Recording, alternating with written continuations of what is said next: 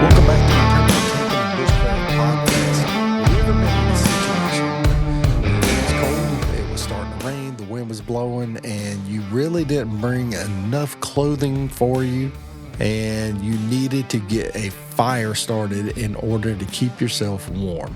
And if you didn't get this fire started, you were going to end up with some hypothermia. Well, I have been in that situation. I have been in a situation where I had to get a fire started or I was going to get hypothermic. I was starting to shiver. And once you start shivering, you're going to just really start decreasing your body temperature from there. And it's going to waste a lot of calories. And then next thing you know, you're going to be hypothermic.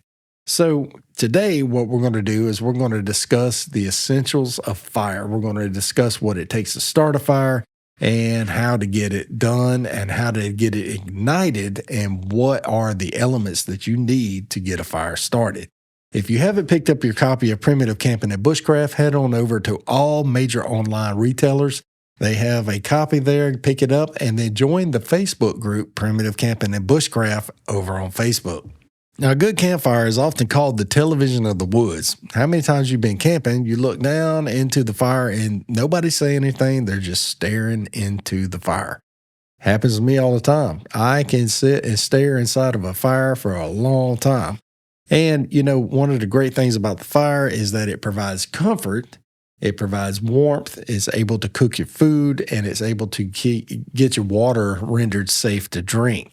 And, it's the only thing that the boogeyman is scared of.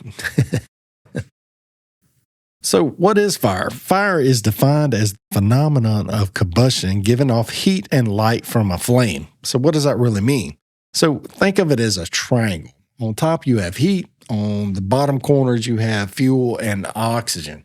So this heat is any ignition source such as a spark or flame. And we're going to dive into this a little bit deeper with a couple of the methods of starting a fire in a minute. The fuel is the material that burns, such as a fire tinder, and then your kindling.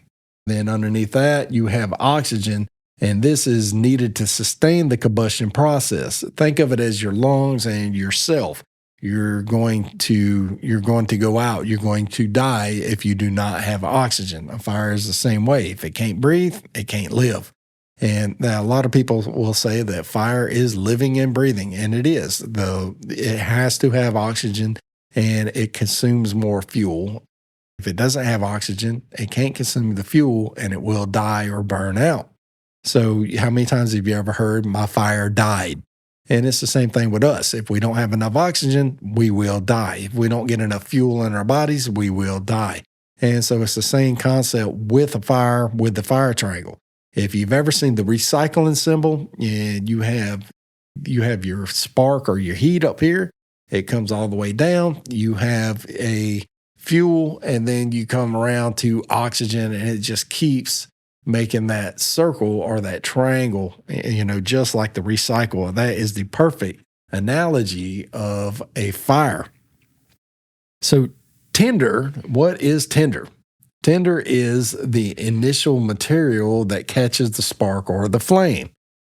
So there's many ways to ignite a flame, and we're going to get to that a little bit shortly, but it should be, your tinder should be very dry and fine and so that it ignites easily. And tinder is any material, natural or artificial, that can light with a spark. And, there's going to be many devices out there that actually light your tinder. And once we get into those, some of them are just like we carry on an everyday basis. But grasses, leaves, commercial fire tenders, products that you can buy, like the Blackbeard fire plugs, stuff like that, they are all essential to starting your fire. You have to have some kind of a tinder source in order to get your fire started.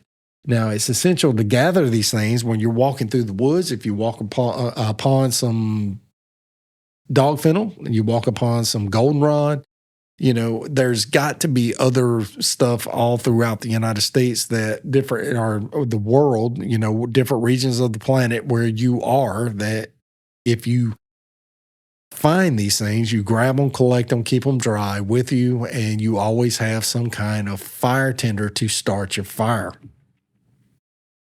From there, you have to have kindling.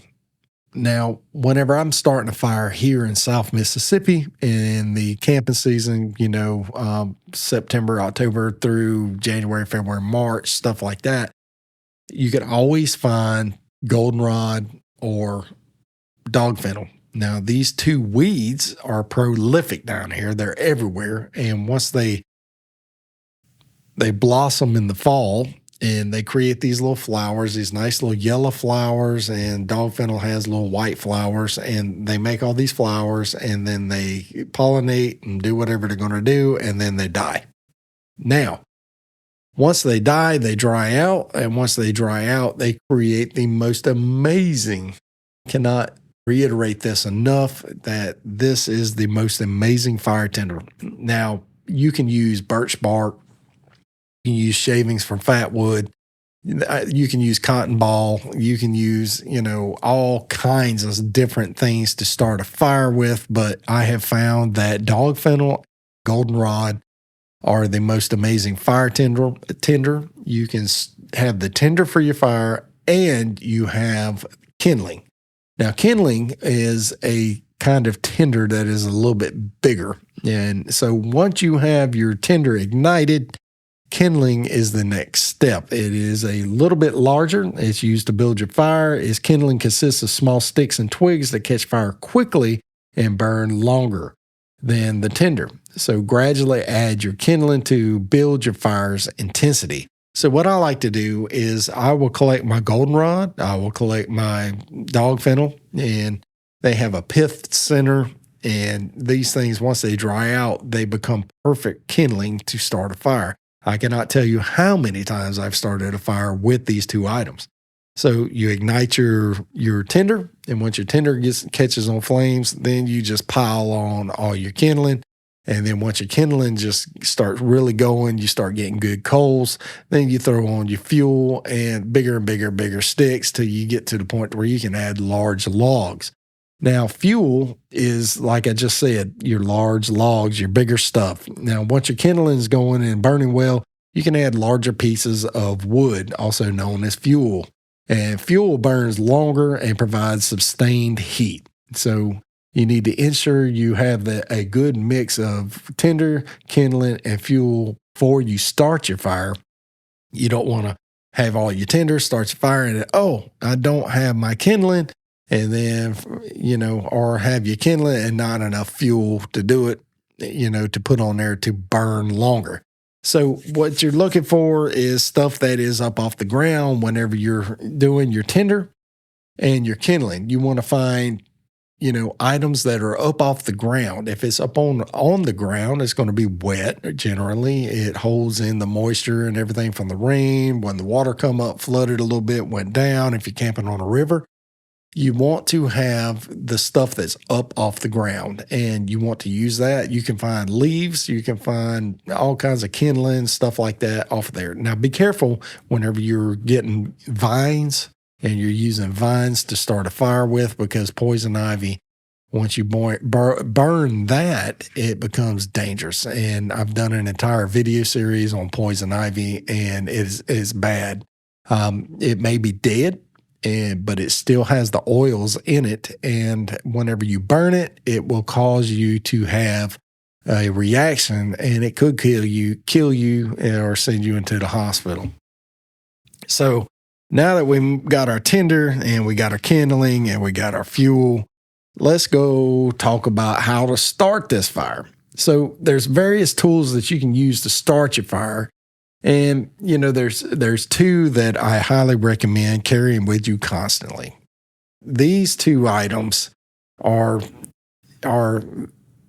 you have people out there that are like bushcraft, idealists or realists or genuinenists or whatever you want to call. And, in order to qualify as bushcraft or survivalist, you have to be able to use a ferro. cut the stuff. A Bic lighter is the most economical, cost-effective way to start a fire in modern history.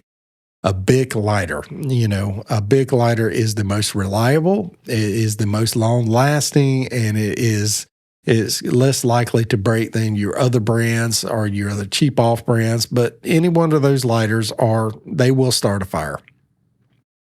Now, a Bic lighter is a simple, lightweight, easy to use, highly effective way to start a fire. You can carry a few lighters with you in your backpack. You can put one in a fire kit, which we're going to get into here in a few minutes.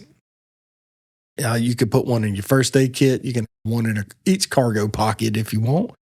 And you can have, they make devices now to where you could put it in and it's waterproof and you can carry it around your neck. Let's just give credit where credit's due. A Bic lighter is the most amazing way to start a fire. Now, back to the ferro rod. The second easiest way to start a fire is a ferro rod. Now, notice I didn't include matches in there. Matches get wet. Matches you lose your dexterity if you're cold enough to strike it. Matchsticks break. And, so I'm going with two of the most easiest ways to start a fire. Yes, matches are easy. But weeded those out due to the possibility that they can get wet and rendered useless, and as well as dexterity issues with striking it or losing the actual striker to strike it. Of course, some people be like, you got to strike anywhere kind. Well, there's not always anywhere to strike them, to be honest with you. But a ferro rod or a ferrocerium rod is a reliable fire starting tool. I covered that extensively in the book, Primitive Camping and Bushcraft. It produces hot sparks and can ignite tinder even in wet conditions. This is true story. When I went on a camping trip and I could not get it to light with my Bic lighter, but I did get my fire to start with a ferro rod. Explain that to me. I don't know. I don't understand why. I met all the different criteria of the fire triangle, but the stuff was wet. Now, a ferro rod generates 5,000 degree sparks, up to 5,000 degrees Fahrenheit. And these sparks are just like, if you use a ferro rod in combination with a carbon steel knife, you're going to have molten lava coming off that rod, and it's going to start you a good fire. Now, a ferro rod is durable. It can be used thousands of times. And you practice using your ferro rod. It can be used in wet conditions, in windy conditions. It can be, a ferro rod is all around amazing. I have a ferro rod with me every time I go into the woods, as well as a Bic lighter. Now, let's get into the benefits of a fire. Let's talk a little bit about a fire kit first before we get into the benefits of a fire. Let's go over that. I wrote it here in the book about a fire kit, on page 162, the importance of a fire kit. Now, a fire kit is an amazing little item. It's easy to put together. You can build it the way that you want to build it. You can put it in waterproof containers, stuff like that. Always have multiple ways to start a fire. And the reason why you want multiple ways to start a fire is because one can get lost, one can get broke, one can, not work, and you got another item in there that will work, for a certain fire starting situation. Now, a fire kit is a collection of items that can be used to start a fire, and the size of this kit can vary depending on how comfortable you are with starting primitive fires in the woods. Essentially, whenever I head out into the woods, I have a Bic lighter. I got numerous ones. I got one in my pocket. I got one in my first aid kit, and I got one in a fire kit. I usually carry 3 lighters with me. I have a ferro rod in my pocket. I have a ferro rod in my bag. Then I have I have a magnification lens, and then I have a magnification mirror. Now, the mirror and the magnification lens are also going to be in my first aid kit. So, I don't always per se carry a fire kit with me, but sometimes I do. Now, I made the fire kit out of a wax canvas bag. I went to Hobby Lobby and bought the bag for $1.50. And then I came home and I dipped that puppy in some melted wax. Now, that's not going to make it waterproof, but it will make it water resistant, and it will keep the water from soaking up everything in there. I do have char cloth in this fire kit. I made char cloth in a tin, and I do have the flint and steel in there as well. Now, you can make it as extensive as you want. Really, what you need is something that creates a spark, something that creates a flame, something that generates heat from your solar, and then that's about it. If you cover those three areas, you got a ferro rod or you have a flint and steel. All right, that creates your spark. Then a flame, you got a lighter. Okay, that creates a fire right there. And then you have something from the heat. Solar generates flame or heat from solar, and that would be a magnifying lens or a magnifying mirror or both. Now, I mentioned the magnifying mirror earlier. I use that because if you get something in your eye, you can see. Or harder to see spots, you can, you can look and see if you got ticks or whatnot. But I don't burn the ticks off in the sunlight with the mirror. That would hurt. But anyway, you can use a magnification lens to see the splinters, or in the event that you lose your glasses or you're trying to tie something like that. So it has multiple purposes. Everything you should have multiple purposes. So fire offers numerous benefits in a survival or primitive camping situation. Fire will create warmth. And we talked about shelters last time, and combined with a good shelter, a fire is going to provide warmth, which is crucial to preventing hypothermia. Like I said before, you can have hypothermia in the summertime. People don't believe that, but it is possible. And I've seen it before.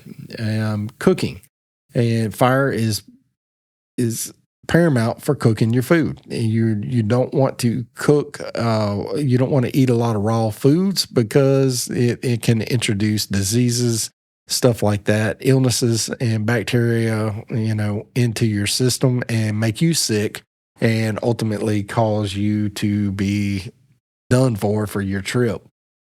Purifying your water, boiling your water over a fire is an effective way to purify it for drinking, and it will actually render it safe to drink from all biological contaminants.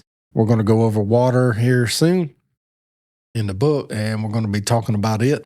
And then signaling for help. Fire can be used to signal rescuers for help. So if you get lost in the woods, don't panic. Start a fire. If you light them woods on fire, people's coming to look. People's coming out there to find you. I promise you that. I'm not condoning anybody, and I'm not recommending anybody light the woods on fire. I'm just saying, if in the event that you was lost, you need help, and you need out of there, that's a surefire way. That's why they call it surefire. That's a surefire way to get yourself found. All right. Now, also on top of that, boosting your morale. And if you're out in the woods for a couple of weeks, you get tired, you're feeling lonely, you're ready to come home. Fire offers comfort and a sense of security when you're in the woods, especially at nighttime. It provides warmth, it provides you entertainment, and it actually gives you a sense of security because it wards off certain nighttime critters. And, they're not going to come around a fire. They may stay out there and look, but they're not going to come up to it because it's going to scare them off.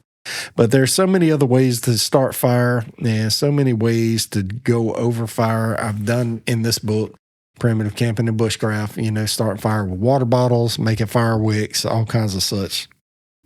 So, that's it for today. That's it for this episode on going over talking about fire. Remember, fire is an essential skill in the outdoors. You have to be able to start a fire if you're going to be an outdoor enthusiast. Practice these methods. Practice starting fires with different fire tinders, using different fire kindlings, using different materials. Next week, we're going to get a little bit more into fire starting techniques, and I'm going to talk about some things there. But right now, I just want you to concentrate on, finding a different kind of fire tinder Tinder is one of the most overlooked, often looked aspects of your fire because people don't think, oh, I could just rub two sticks together and they're going to catch on fire. No, that's not how it works. And, oh, I could just burn leaves. No, that's not how it works. You need something fine, something that's actually going to accept the spark and turn into a flame. So work on finding different fire tenders and kindlings, all right? Different fire tenders. There's tons of natural fire tenders in your area or the area that you're going to be visiting that you can use to start a fire, from grass to cotton balls, dog fennel to you name it. There's different natural materials out there that you can use to start a fire. Go ahead and pick up a copy of the Primitive Camping and Bushcraft on all major outlets right now. Amazon, Walmart, all those, Books A Million, Barnes & Noble, all of those right now. It is on sale at Amazon for 15% off right now. So if you go over to Amazon, and if you picked up a copy, don't forget, please leave a review. Let me know what you think. Hey, I hope you enjoyed this video. Head over to Bushcraft and head over to Facebook and join the Bushcraft community of Primitive Camping and Bushcraft Facebook group. We got over 6,000 like-minded individuals all about primitive camping and bushcraft. And until the next video, I'll see you next time. God bless you.